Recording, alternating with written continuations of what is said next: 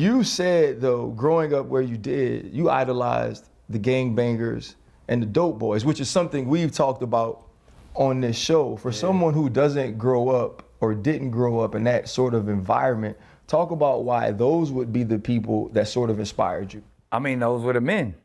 Those were the dudes who ran the neighborhood, especially when you come up in, in a single mother household. And, the interesting thing, my dad was definitely present. I just didn't live with him because my dad came from that life and changed his life, gave his life over to the Lord and started a ministry and had to literally move out of, Southern California to North Carolina. So he had a whole family out there that I would, bounce back and forth in between.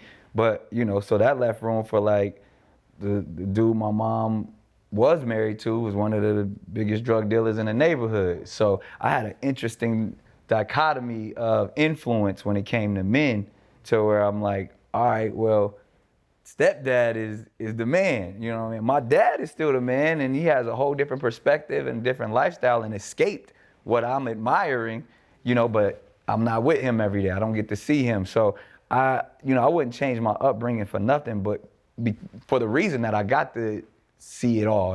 I was well-rounded. I was very well-versed in the church and ministry and all of that, but I also, got to see the street life up close and personal too. So, and if I'm looking at the two, the one that was a little bit more appetizing was the street life, because it came with the money, it came with the cars, it came with the women, it came with the attention, where, the church life, looking at it now is a much more peaceful approach, but back then it was boring and strict.